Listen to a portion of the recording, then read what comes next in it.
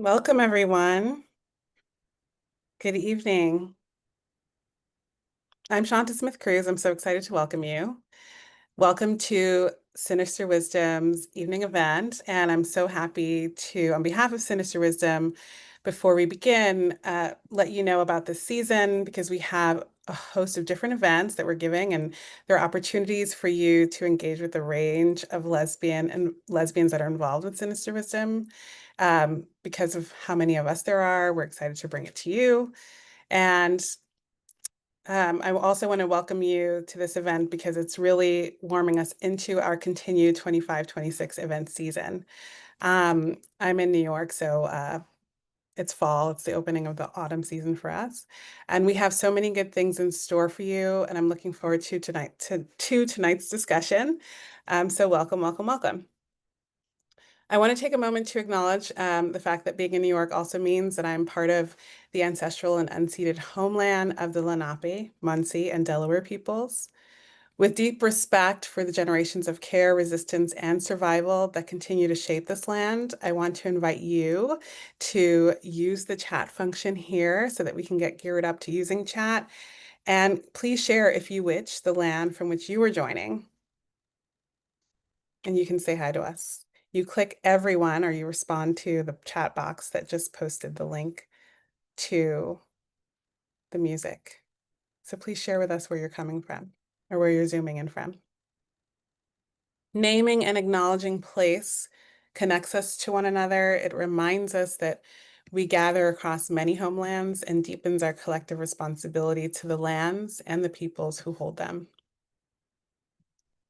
So we honor not only the original peoples of these places, but we also want to imagine and embody and consider the enduring struggle, whether it be physical, mental, spiritual, and material across the world. From those resisting imperial violence, displacement, and erasure, to those carrying burdens of oppression in their daily lives, we recognize your pain and your silence and your resilience. So as lesbians and as a lesbian journal, we do commit ourselves to remembering and to loving and standing with the many struggles. We collectively in this space hold space for joy, for memory, for survival, and for liberation, bound together by Mother Earth. So thank you for being here with us and sharing with us where you're coming in from. A brief word about Sinister Wisdom. For those of you who are new to us, Sinister Wisdom is a multicultural lesbian literary and art journal that has been publishing since 1976. We are a collective effort, a labor of love and resistance. I am the managing editor for Sinister Wisdom. I'm really excited to be introducing this event today.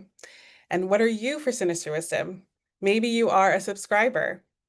If you are not already a subscriber, we would love for you to join the Sinister Wisdom community. Subscriptions really do sustain us, and monthly sustainers make our work possible. So I encourage you to sign up for a subscription today by going to sinisterwisdom.org/subscribe. A group of monthly sustainers are vital to Sinister Wisdom, and if you can give monthly to Sinister Wisdom, please sign up as a sustainer at sinisterwisdom.org/sustainers. We send out emails every month when your gift comes in with behind-the-scenes details and new information about what we have coming for the journal. And Sinister Wisdom is also pleased this season to be joined by our friends at Charis Books and More in Charis Books and More in Decatur, Georgia, for almost all of the events of the season. Charis Books and More is the South's oldest independent feminist bookstore, celebrating radical and independent voices since 1974. Together with Charis Circle, Charis Books exists to foster sustainable feminist communities, to work for social justice, and to encourage the expression of diverse and marginalized voices. They're located in Decatur, Georgia, Metro Atlanta, adjacent to the campus of Agnes Scott College. Is anyone here from Charis Books by any chance? Say hello in the chat. Yes, Abeo is here. Woohoo! Do you want to say hello to us? Hey y'all, excited to be here. Always excited to partner with Sinister Wisdom. Thank you so much for coming. And are people hearing an echo from me? No? Okay. I saw that. That might have been the case in the chat. So thanks for coming. Charis just updated its website with new functionality and tons of history, including some published in Sinister Wisdom. So if you have a moment, be sure to check out their Charis History and Media page. And when you think about purchasing books, think about purchasing them through Charis, either online or in person. And we will drop that link into the chat. So when you're, of course, getting Chocolate's book, if you don't have it already, that's where you would get it. Okay, so now we want to get into it. We want to begin, but of course, we want to do some reminders of housekeeping and what it means to be here. This space is meant to be reflective, safe, and comfortable, but I would also like to acknowledge the anxiety and discomfort some may experience in an online virtual space. There's a lot going on here. Like my face is so big right now to you, and I'm in the middle of your living room. So you can feel free to turn off your video if that is what feels good, but we do encourage your engagement. Having said that, we are recording the event this evening, and we'll make it available starting tomorrow or Thursday at sinisterwisdom.org. And that link is going to be in the chat. Please keep your microphone muted throughout the program unless invited to speak, kind of like we just did. If we detect noise from you, we will mute you. It's not to be rude, just because we don't want that to interfere with the recording or with the speakers. As the program proceeds, you are invited to engage in the chat, so feel free to say all the things. It's so much fun when people engage that way. If you want to do it, if you're not sure when, it can be to show appreciation for the readers. You can also wave your hands at the end of each reading. You can use the reaction emojis on Zoom. Feel free to light it up and chat on Zoom. We really want that. Some of the best times and best things that happen at our events happen in the chat. And if you need any technical assistance this evening, you can chat with Mel, who's adding things into the chat, or the person behind Sinister Wisdom. And it may be Mel or Max or Julie. And they're on tap for technical assistance. Okay, so I think that was all the housekeeping. And now we can get into celebrating melting in your mouth and the work of Chocolate Waters. Round of applause. Woohoo! I have to show because I'm so excited. Yay! So exciting. Book, front and cover. Amazing and beautiful. This evening, we will do 3 things to celebrate melting in your mouth. First, that sounded really fun to say. First, we will hear from Red Washburn reading from the introduction of the book, or introduction to the book. Then Chocolate and I are going to be in conversation, and Chocolate will read a rich and juicy selection of poems. Finally, we will have a bit of time at the end for questions and, of course, as we do, a dance number. So now sit back and relax and enjoy the show. And thank you, everybody, for being here. So to introduce Red Washburn, Red is actually someone that I worked with for a long time. We were co-coordinators at the Lesbian History Archives. We coexisted at CLAGS. It's so much fun to see you again. I haven't seen you in a long time. So I'm excited to introduce you. So Red Washburn, PhD, is a professor of English and Women's and Gender Studies at the City University of New York. Finishing Line Press published their poetry collections, Crestview Tree Woman and Birch Philosopher X. Routledge published their academic book, Irish Women's Prison Writing, Mother Ireland's Rebels, 1960 to 2010s. They are currently working on a book about non-binary literature, visual art, and performance. So Red, I'm going to turn it over to you. And I want you to maybe start by telling us a bit about how you met Chocolate, and then, go ahead and read a bit from the introduction. Sure. Thank you so much, Shawn. First off, I want to thank Shawn and Julie and Mel and Max and Chocolate, of course, and everyone here. I'm really delighted to be in a community of friends. Um, And I could just start by saying I really love Sinister Wisdom. I was involved with Sinister Wisdom for many years and worked on the Mitch Fest issues. Shawn also worked on that. Dumb Trump, which I think is relevant, especially now in this really awful political climate, and the trans feminism issues. So I'm really happy to continue to support Sinister Wisdom. And of course, my dear friend Chocolate, um, whom I've known for years at this point. And I can just sum up by saying I met Chocolate through a mutual friend, and we have just had the blast. We've had a blast, the best of times, and I actually can just read a paragraph from the intro of how I met her because I included it there. Um, so for many years, I had the pleasure of getting to know Chocolate Waters. I met Chocolate through a mutual friend and writer and a former student of mine, an elder student of mine. After meeting her, Chocolate and I carpooled and lodged together at Hobart, the Hobart Festival of Women Writers. And if you haven't been, I hope you go, organized by Cheryl Clark. And there I got to know Chocolate even more, as well as her writing. She gifted me many of her books, for which I'm super grateful. During the festival, we would talk about all kinds of things, revolution, with tons of vodka, s'mores, lots of swearing, romanticize her commune living, chopping wood, and Big Mama Rag in Denver, critique religion and conservative life in what she calls Mount Joyless, Mount Joy, where she grew up, and laugh about how all the appliances in all the hotels we stayed in were broken. We'd swap ongoing writing, projects, histories, and take pictures of each other doing questionable poses in front of a local church. And I just want to highlight she had a poetry slut t-shirt that I loved that she wore right in front of the church. I have a photo of it. It's one of my favorites. And I really have cherished the many times I've been able to discuss intergenerational community politics in LGBTQ circles, in particular with Chocolate. I've enjoyed reading with her in the past, the Rainbow Book Fair, among other venues, and sat in her home with lots of Elvis memorabilia everywhere. And I love that because my grandmother loved Elvis. And we would talk about writing and social change while petting her cat, Snap, RIP.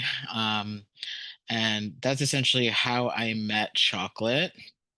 Um, and one of my favorite memories of Chocolate, and Shawn, you might be able to attest to this, at the Lesbian History Archives, I'm sure many of you have gone, and if you haven't, you should go.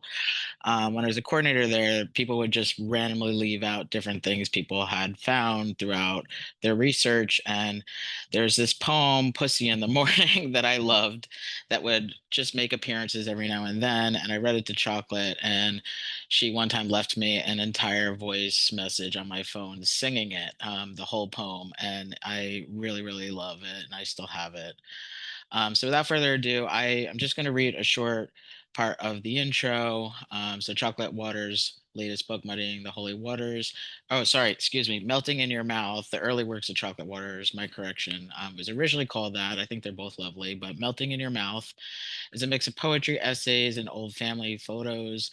It carries on in pure Chocolate's literary ritual. She confesses to me, here's how I wrote my way through it: one biggest, fattest bottle of vodka, 6 packs of smokes, 2 weeks, poems, poems, poems. I don't smoke, and I didn't, not for a dozen years. I drink, not like this, not ever. I write poems, not these, not so many. Why now? Why this? Why you? Her collection bears witness to her identity and her family, with which many lesbians, queers can identify. One of my favorite memories of this latest collection includes a time that she read poetry from a diner.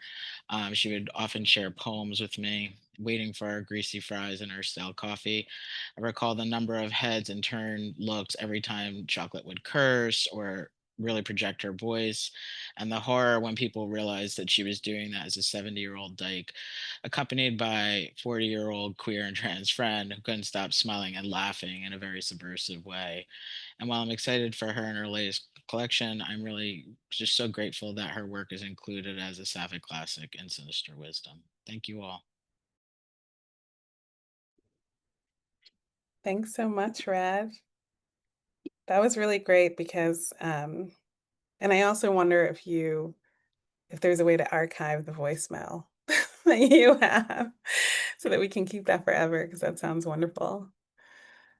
So, I really hope that readers have read the introduction, we tend to like skip through introductions, but never skip through a Sinister Wisdom introduction. There's so much work put into them, and they're so yummy and good, and they're often built on connections. And this is a really good one to take a look at. So it's without further ado, Chocolate, I hope that you're ready. You've been sitting so tightly and waiting.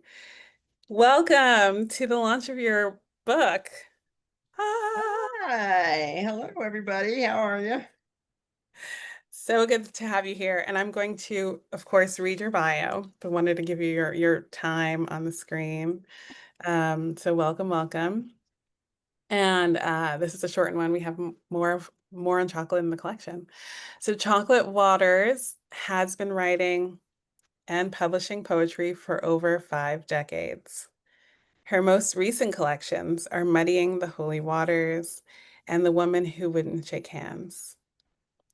Waters was a founder of the feminist newspaper Big Mama Rag, as Red just mentioned, published in Denver, Colorado from 1972 to 1982, and a groundbreaker in the art of performance poetry. She lives in New York City. So welcome, Chocolate. Hi. And I wanted to also say, because Red had me thinking, that I took one of your workshops when I was like 20. Was I 5? I was so young. It was up in the It was Catskills, up in wasn't the it? mountains, exactly. And I took the workshop because your name was Chocolate, and I thought that you were going to be a Black lesbian. Yeah. And you were the first Chocolate time I sat with a white woman and did chocolate is vanilla. And it was such a good experience, and it really opened up my entire eyes and experiences with lesbian community. So I'm so glad that that moment happened. So Me let's too. start by talking about the book, of course.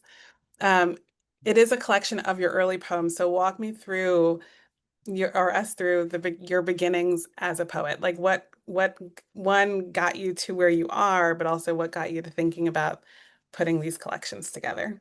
Well, I go back as a poet a very long time because I wrote my first poem when I was 8 years old.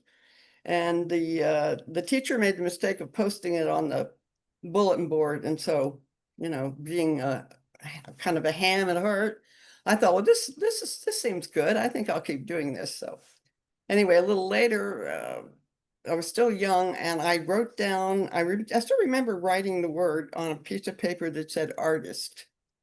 Mm. I didn't even know what that meant. And, I have spent my life doing and being primarily a poet, bread and butter jobs, but my focus has always been on my work. So I've pretty much done what I want to do with my life, which makes me happy. And Uh, keep going. Sorry. well, I was going to say that Red is actually the one who talked me into letting Sinister Wisdom publish this whole collection. And that is because it actually took us about 7 years.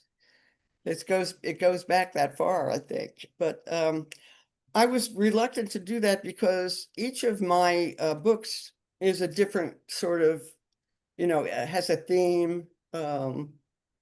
Take My Life Photograph is like a photograph album, and Man Reporter has a pullout and has, you know, everything's a little bit special. And so I was thinking, I'll never do that again. So, I just don't have time to put it together, to put the books together like they were then. It was like, okay. So Julie and Sinister Wisdom took the pressure off me for that. And now there's this nice collection that is all 3 books combined as text.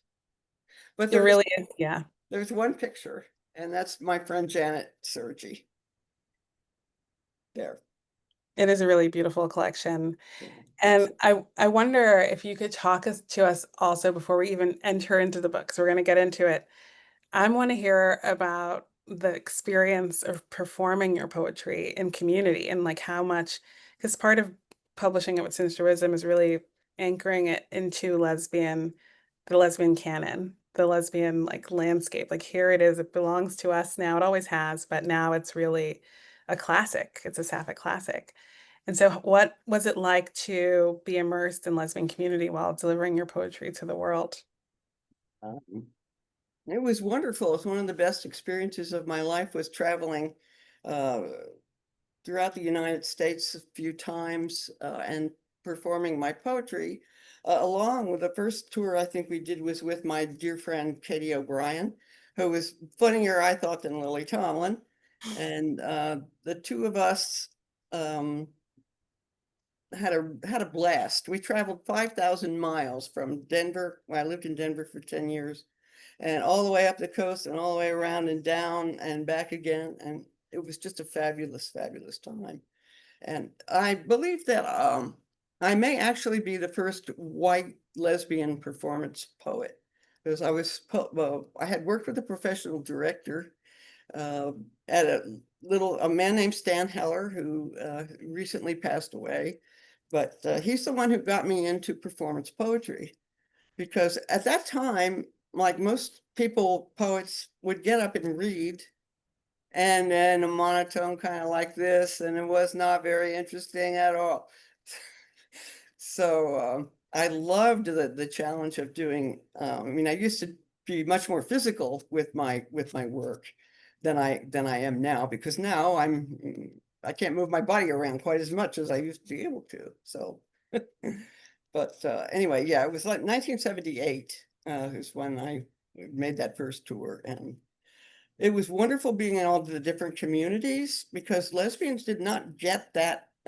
Like there was not all the lesbian culture that came out, of course, you know, in the ensuing years and before that too, also. So people were very happy to have us, and that was real special and very, very exciting too. So, and later I did another tour on the other side of the country, and that was with my third book. But yeah, it was all good. It was all really exciting. It was really fun too. It also sounds really brave to do at that time. Yeah, I guess it was. We didn't think about that though. We were just too busy doing what we were doing, you know. So Yeah, I used to talk to one of my mentors, Flavia Rando, about being a woman who leaves the house and like how that had become a thing that lesbians took on at that time. They left the house and did things outside in the world. Right. Yeah. Well, I want us to jump in because I don't want to lose the thread and talk about each book in particular, because the way that the book is formatted is it splits into multiple collections, and it has a really great forward by Lynn Jericho, which sort of foreshadows Red, but then it starts with this first collection, To the Man Reporter from the Denver Post. Look at the original. I love this. I love the two-part right there. And that was the one that I held when I first was introduced to your writing.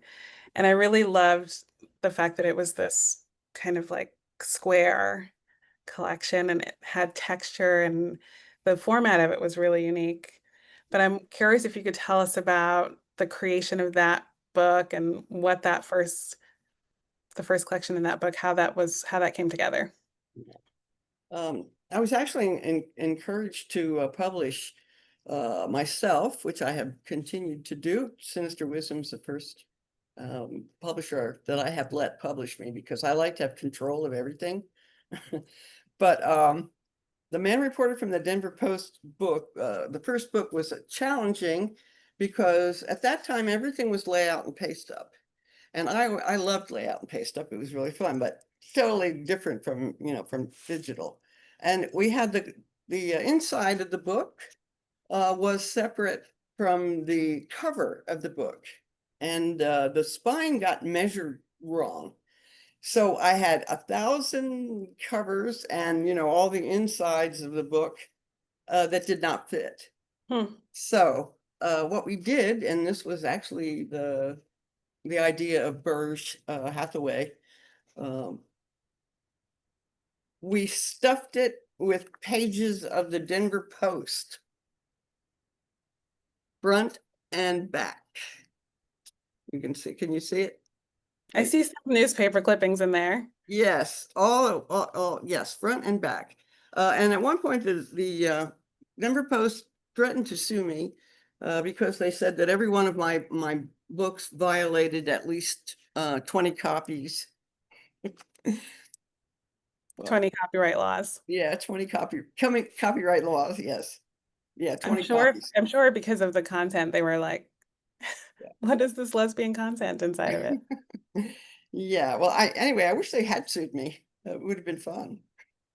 It would have been good for press. So how many did you, as a self-published author, like how did you reproduce, like how did you distribute that? How Well, it many was easy at print? the time because it was, this was published in 1975, which is very, the second wave was really starting to happen in Virgin a lot, everything, music and culture, paintings, art, poetry, everything. So I just lost my train of thought. Well, if you were touring in 78 and you published this in 75, Yeah, do you yes. like have a trunk full of books and every time you went out? No, it was easy. Now I remember what I was going to say. It was easy because there were so many bookstores, and all I did was make a flyer of announcing the book and sent it out all over the country. And also because I was involved so heavily with Big Mama Rag at that time. Big Mama was publishing, they were the first ones to really publish my poetry and distribute it. So by the time the book came out, I had a little bit of people knowing who I was, and it just sold. It just went like gangbusters at the time, and there was 1,000 copies of this, so now they're collector's items. I do have signed and numbered copies. If you left, anybody who wants to pay a small fortune may get one. It's so interesting that you said bookstores. It didn't even occur to me that that is a thing that there are bookstores like Charis Books and More is here, but it's so rare that that's like there's so little, right? Like that's not even how it works nowadays. So no, very few and far between. So now marketing is much harder. So the last book, the book right before Melting, which Red referenced the picture that she took in front of the Methodist Church. Actually, this is called Muddying the Holy Waters, and there's the Poetry Slut t-shirt. You can't read it from here, and me, that's the back of me, and the church in front. So that ended up on the cover of that book, and that was the next to last one before this one. So, well, listen, as a New Yorker, I can talk about real estate, and then my other subject is lesbian, is talk about publishing. I could talk about this forever, but we should get into the content of the book for sure. Let's hear you read a poem. Is that still are you into it? Are you going to share with us I suppose yeah. What the hell? I'm here. I might as well read a couple. You have your book with you. You can read along. I have it. No, not you, the audience. Oh, the audience. So I better have it. Tell us what you're going to read from. All right. I thought I'd start out with something. I got known for having a sense of humor, which it seemed that everybody thought nobody had a sense of humor. I think they still say that about women in labor. We don't have any sense of humor. So not true. Not true at all. So we're going to start with To the Man Reported from the Denver Post, right? No, God, no. That's such a polemical poem, and it takes not the poem, but the book. The book. Oh yes, I was going to say no. We did not talk about that. Yes, it will be from. It's on page 66. If anybody has them, and this was always a great performance piece, and it's called The Interview, or it's Job Hunting Time Again. Perfect. Right. Please be seated, he begged, as he looked up my leg. Now, is that Miss or is that Mrs.? And just how well do you do dishes? That's Ms., I said, as in magazine. His eyes got red. His look turned mean. Now tell me just, what is your ethnic descent? Are they Hicks? Are they Spicks? Do they celebrate Lent? Are you married or single? Do you like to commingle? Can you type? Can you file? And continue to smile? We want to know if you can make it while you dust our office naked. What we pay is $1.10 if you're not a Jew or a lesbian. He whipped out his notebook and began taking notes. You can put that away. It looks like a goat's. Just give me your name and your telephone number. I won't give you a thing. Is that a cucumber? His eyes got green. He began to scream. So what do you have that makes you fit to do this job? Let me feel your tit. Tell me all of your qualifications. Write down 50 recommendations. While I'm at it, do you have pretensions? I need to know your exact dimensions. 7, medium, and 10 by 4. My hat, my gloves, and my bathroom floor. This is hard to believe, Miss Kike, he roared. That's Dyke, I said, and began looking bored. You're impertinent, young lady. You should go have a baby. You're impertinent, you prick. I should chop off your dick. And with enough said, I whacked off his head, which rolled on the floor as I marched out the door. What they pay is $1.10? Looks like it's job hunting time again. So that's about that. Bravo, bravo. Yes, let's give a round of applause for the wonderful reading. Ah, It's a fun one to do. that was really refreshing to hear you read that poem, actually. I knew that it would be, but it just felt so good. Um, do you want to say anything about having read it? Just because I was like, oh, it felt really good to hear. Well, when I do it now, I miss how I used to be able to do it. Because it was a very physical, piece. And we used to work out like how to perform each piece so that when I was like going around the country with Blaze, it was like a one-woman show and I did everything off book then. So it was like, I never even said, come and hear me read my poetry. I said, come and see me do my shtick. And so people came because they didn't know it was poetry. See, we pulled him in. Plus, we had a comedian to help too. But yeah, Oh, I that's love it so much. Well, let's go to the next title. okay. Take Me Like a Photograph. Ah, I love this, like dual screen. Wait, can't quite get it up there. Can you Yeah, see it? there There it it is. goes. There There it it goes. goes. That's Yeah. amazing. Inside is, well, I won't do inside. Inside has pictures with little the old black edge photographs around each picture. No digital pictures here. Hence the Take Me Like a Photograph. Yeah. Yeah, I feel like would you say is in some ways if you had to characterize, well, maybe this is a question for the end, but I was thinking like how would you characterize this one is different from the last one in terms of as a collection of poems? Well, first of all, as I went along, I became a better poet. So you can sort of see the stages of evolution. So now, like in the newer ones, I don't know that you'll recognize this voice, these voices here. It's kind of a different voice. And this one says that there had been also, so like in the back of each of the covers in the Sinister Wisdom version, we have some bibliography, some sort of like see alsos where it shows where you've also published some of the pieces in the book.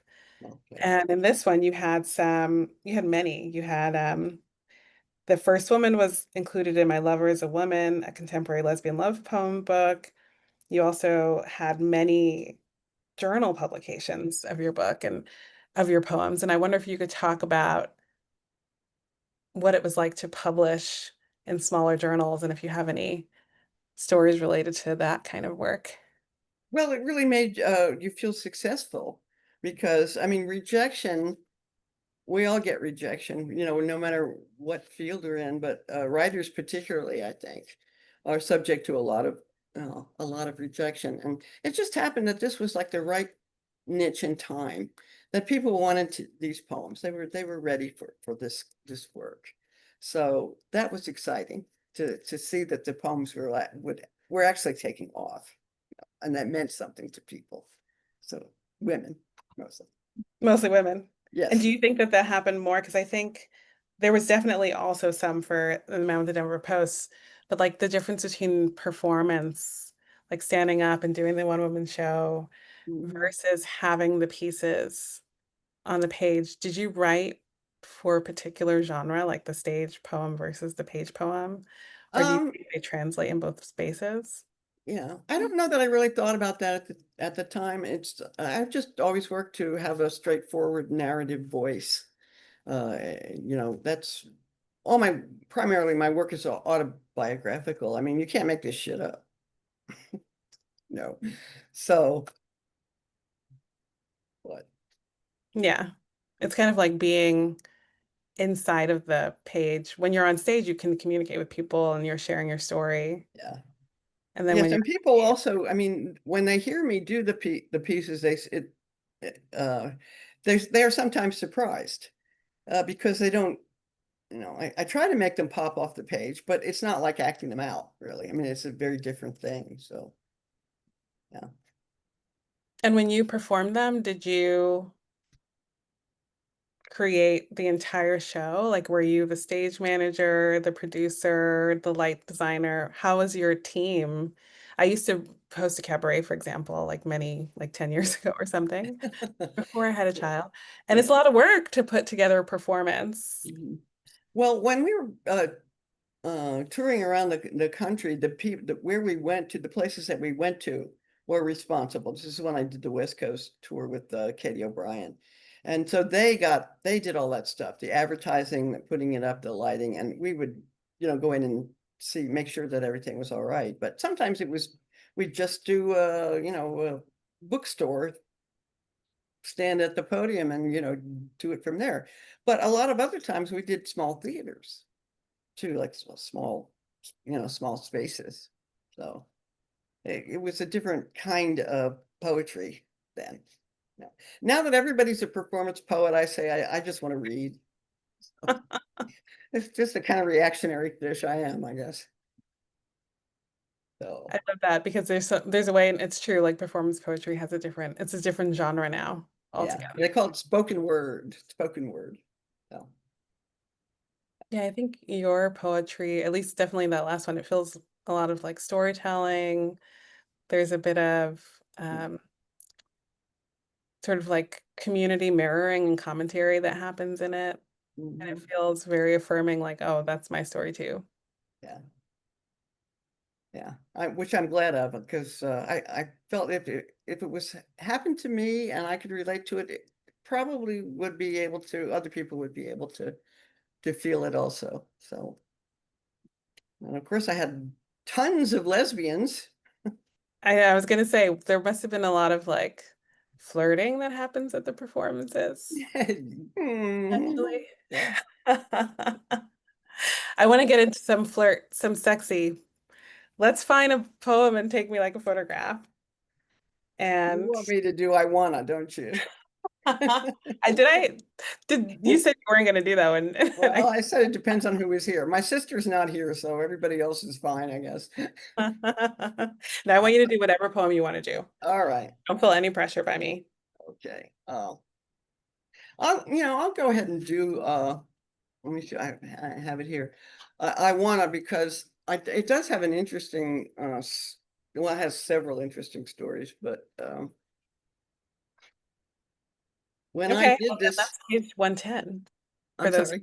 for those who are reading along, it's page 110. Oh, 110. Okay, thanks. That's what I'm looking for. I have it marked here, but of course, okay. I used to perform this particular poem by going through the audience.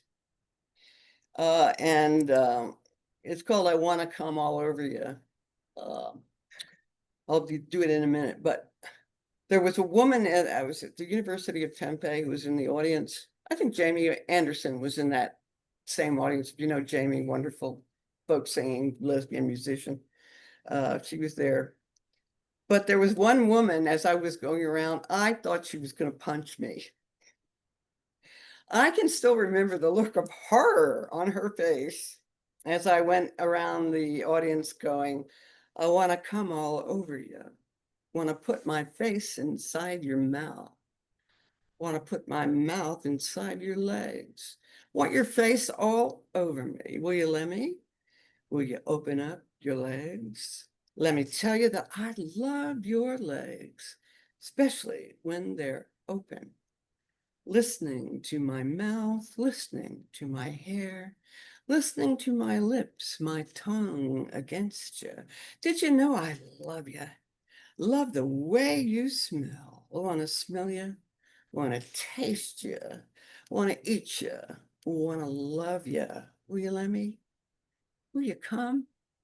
Will you come all over me? If you do, I'll love you. If you do, I'll let you. Jesus, will you let me? Jesus, will you let me? Okay. Yes, almost punched me. Oh, all right. So I how was about trying if I do, can I do first woman? You mind if I do first woman? No, Since do it. Go for it. it's a Because little quieter, and this is the Yeah. one that was in the Leslie and Newman's My Lover's a Woman anthology that they printed.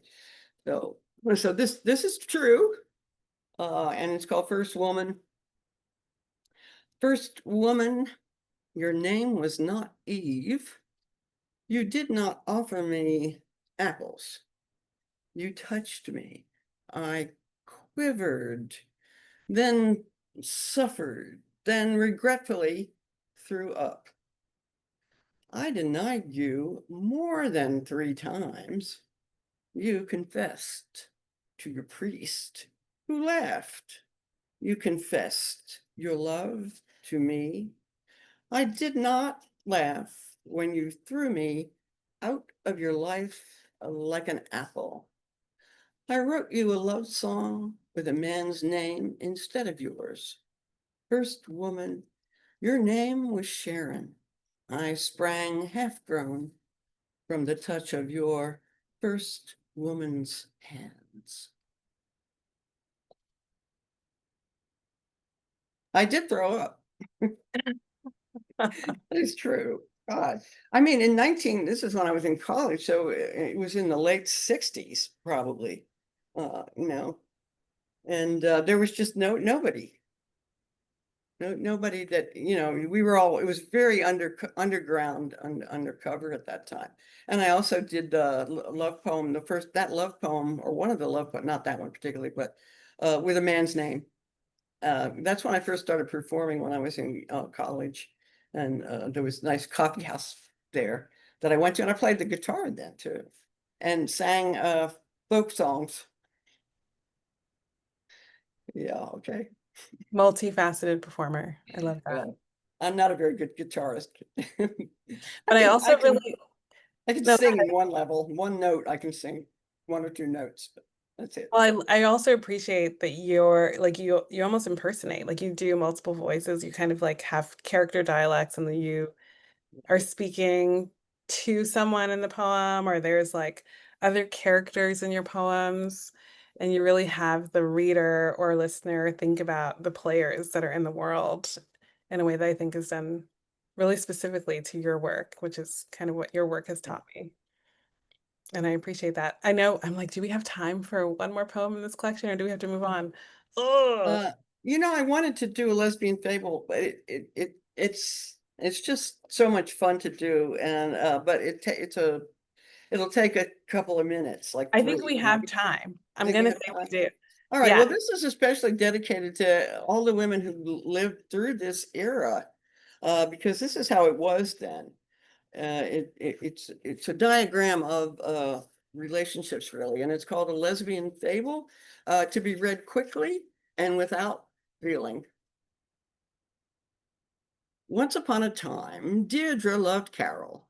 Deirdre also loved Margot, Tony, and Kathy, but was just coming out of a primary relationship with Jan, and so didn't want to get into anything heavy with anyone. Carol loved Deirdre and also Margot and sometimes Renelda, but she didn't give a hang about Tony, and she hated Kathy's guts.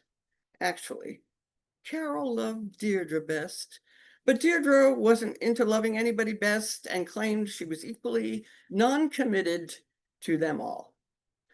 Margot loved both Deirdre and Carol, and although she had once been in love with Tony, she wasn't anymore.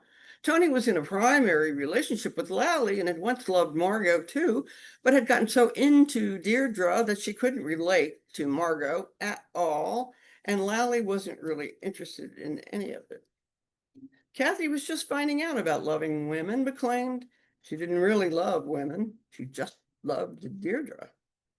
Ronelda was hot for Carol's body, but was in a primary relationship with Barbara, and although Barbara and Carol had once been lovers, they were now just good friends.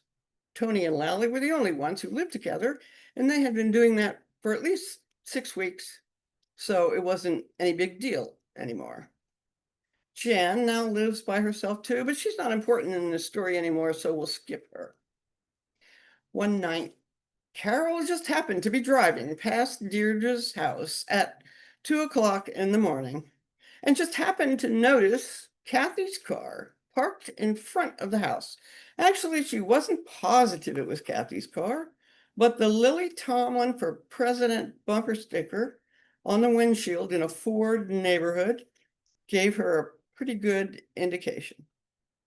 Although Carol knew that Deirdre was sleeping with Tony and Margot and probably Jan, she didn't know that she was sleeping with Kathy too, and immediately decided that Deirdre had lied to, cheated on, and otherwise played her for a general sucker. After ripping up the Lily Tomlin bumper sticker and smashing in Kathy's windshield, Carol quietly drove home. Whereupon she called up Margot, complaining that Deirdre had lied to, cheated on, and otherwise played her for a general sucker. Margot, however, was unimpressed and told Carol that even though she loved her, she loved Deirdre too, and she knew that Deirdre was sleeping with Tony and Jan and Kathy, that it really wasn't any of her business. And that if Carol was smart, she'd just find herself another lover too and stop being so uptight. After Margot talked to Carol, she called up Deirdre to tell her what was going on. And then Deirdre called Carol back and asked her where the fuck she got off spying on her in the middle of the night. And that even though she loved Carol and Tony and Jan and Kathy and Margot, but they were all different and met her needs in different ways.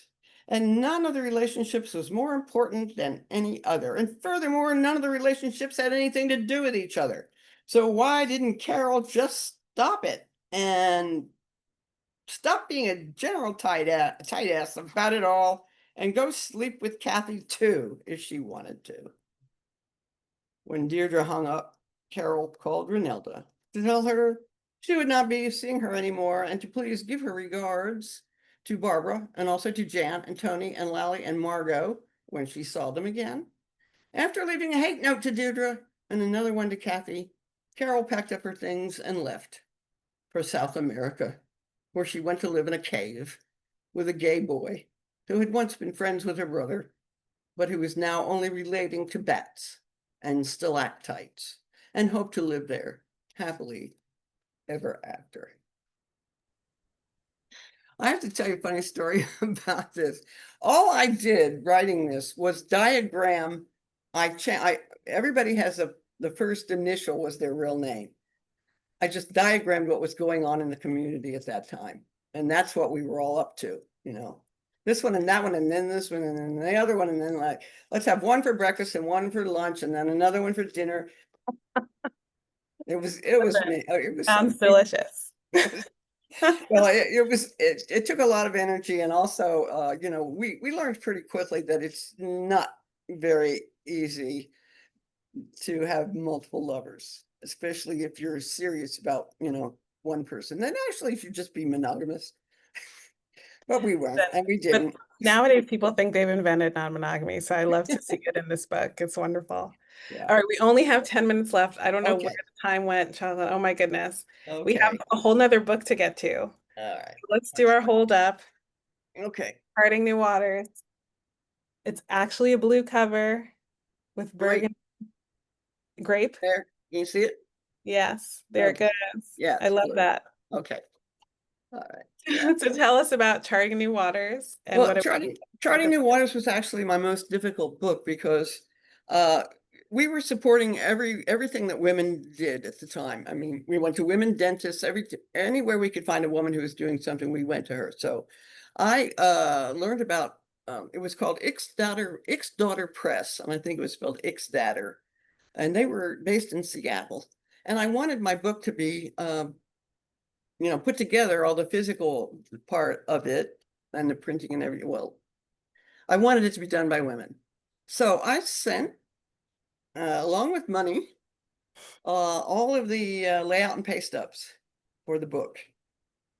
And I had nothing but trouble from them. They never published one piece of it. They sent me a bunch of bad paper that was, blank, supposedly for the book. And it was so bad that I had a friend in Seattle who had to go. She went. Her name was Pam Keeley. She was a wonderful woman. She's still in Seattle, I think. She went to their door, literally, and retrieved the layout and pay stub and the cover and everything. and the money. And no, not the money. Oh, They got the money, which was too bad because a lot of the money had to do this book was raised from $5, $10, different contributions, that people had given. So it was really a fuck over. well, it's a So beautiful. this is my brat child, I call it. I don't know I can't remember what I was going to do in here. This one has 18 pages of rubber stamp cartoons, which I was very into at the time. I used to make greeting cards and postcards and everything, and I had them all over New York at one point. So that's like, and then there were some beautiful sketches in here too. But And I'm not, published in 1980 officially is when yeah, it happened. 1980. So all the three books were published between 1975 and 1980. And then although I continued publishing, I did not publish another collection for 30 years. And it was this one. And it's called The Woman Who Wouldn't Shake Hands. And it's just a little chapbook, 30 years. And then the next one, which I mentioned before, was 11 years later. And then this one. So I've got like 6 now. Anyway, I don't know what I was going to read out of this. You were going to read I Was a Closet Woman. That's right. The I Was a On Closet page Woman is not, 225. it's, what page is it? 225. 225. Okay. Why did I put the book? Oh, here it is. I Was a Closet Woman is actually not, and there's like 3 pieces in this collection that were not in these original ones, but I felt like they went along with that time, with that era. Mhm. So They get bonus reading. I actually have a manuscript that's probably over 30 years old. I have 2 manuscripts over 30 years old in my drawer, waiting for me to do something with them. And the title of one is I Was a Closet Woman. That's the title. Okay. So I decided I would end it. I would end the book with this. The other piece that wasn't in here is called Surgery. And it was we had a friend who was dying of brain cancer. And we took care of her as a community. So I put that one in here. It's really a very touching story, I think. Okay. I Was a Closet Woman. I chopped off my hair and wore it in a crew cut, like a truck driver, like a Marine, like an adolescent boy.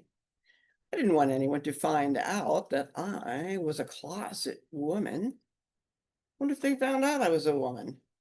They might make me act like Tipper Gore, or like Zsa Zsa Gabor, or like Mary, Mother of God. Oh God, I might have to bake cherry pies with smiley faces on them. I might have to work for, at that time, 59 cents on the dollar. I think it's now up to 79 cents. I might have to bleed. Yes, I was a closet woman. I wore baggy blue jeans to hide my legs and army boots to hide my feet. What if they found out I had sexy legs? They might make me cover them with leg warmers, with nylon stockings, with Nair. What if they found out I had women's feet? Some Nelly Queen might try to put spike heels on them. I was a closet woman. I wore a black leather jacket to cover up my tits. What if they found out I had tits? Some weird baby might try to suck on one. Some strange doctor might want to cut one off. Teenage boys might yell at me on the streets. Hey, you've got tits. I got fat, so they wouldn't know I was a woman. I got skinny, so they wouldn't know. I became a man. I became a dyke, so I could be more powerful than a man. I became gay, so I could march in a parade. I became outraged because I kept letting they define me. I became a woman. I forgot the last lines. I became a woman. I became a woman. I became myself. So there. Bravo. Bravo. And I have denied everybody the opportunity to ask you questions. I hogged you up all to myself, and I'm so sorry. Well, can I make my announcement? Yes. About my fiance. What's next for Chuck? Yes, exactly. I was going to say we'll end with telling us, bragging to us about your news. We are engaged. Can you see my ring? It is beautiful. Can't see it. Okay, we're going to get secretly married, I think. Except actually, we're already telling people that we're secretly married, but we're not. Anyway, congratulations. I found my soulmate. And I never thought that there would be anybody else in my life. I hadn't been with anybody for like 20 years. And along she came. She saw my picture on the back of Muddying the Holy Waters, and she claims that she fell in love with me. I'm there drinking martini and looking kind of mischievous. So, hey, she lives in fucking Kentucky. I'm in New York. It's like living together apart, because we talk in the morning, we talk in the evening. It's just a great, fun relationship. So, and I value her, and really, she's really special, even though she's from Kentucky. Well, thank you for sharing, and also for spending time with us while you're preparing to go see her in a couple of days. Yeah. So 3 months. I'm going to go for 3.5 months. Yes. Yes. I want to unspotlight us so we can see everybody now. Okay, I would like that. I've only been able to see like 5 people up here. And then we can all put on our cameras if you would like. Okay. And we can wish Chocolate a congratulations on the engagements. And also we can dance to that. Yeah, you guys can dance. Who's going to play the music? Thank you, everybody, for coming, and thank you for participating in this launch of Melting in Your Mouth. Yes, thank you for having me. Thank you, Shanta, and thank you, Julie, for running Sinister Wisdom all these years. I think it must be the only lesbian publication left, not in the United States, but in the world. And thanks for Charis Books and More for coming. Okay. Vibration, positive vibration. Hi, Celeste. There. And I saw Barry and Heidi. Yes, I saw Heidi earlier, but I don't. Maybe they're gone. Barry's there. Hi, Barry. Hi, Celeste. Great to see you. Hi. You too. She's the haiku queen. This woman rules haiku. She is everywhere. Thank you, honey. Thank you. Oh, who's got? Oh, you got one. All right. Thank you. You got all of them. Robin thread. All right, there's two you don't have, and maybe you got the third. You can get them from me. Oh, I was going to say that. Anybody who wants to buy some of these other books, like the Holy Waters and the Woman Who Wouldn't Shake Hands, you can contact me I'm on Facebook. Messenger me anytime. I love to have more friends, and I love to sell books. So messenger me, or my address is chalkpoet@gmail.com. All one word, very easy to remember. So just drop me a line. I'd love to hear from you anyway.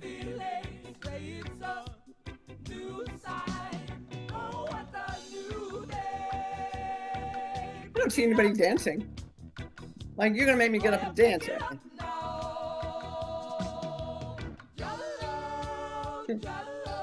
Come on, Charlotte, dance.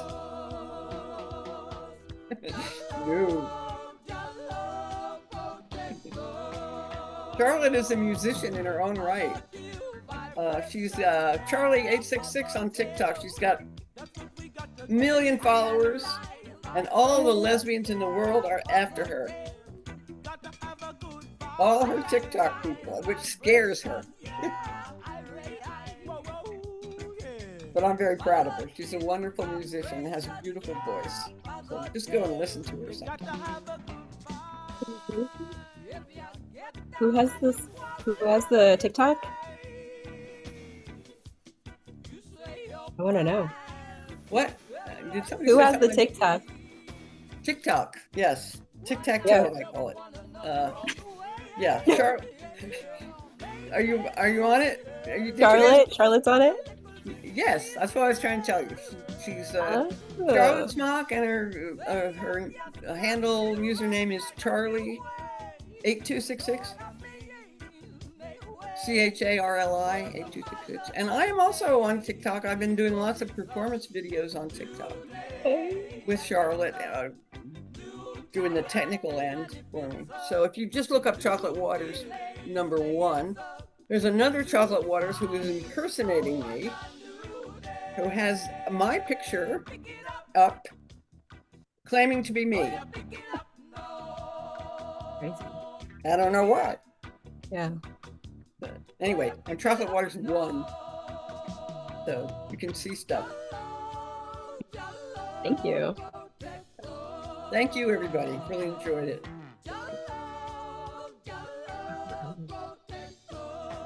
And the Zoom automatically closes the song in.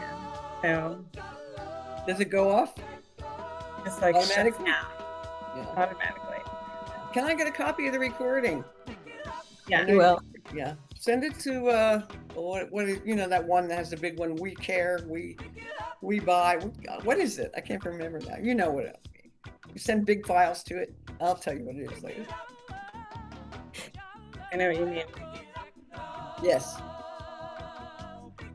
Sending love. Good night, everyone. Bye-bye.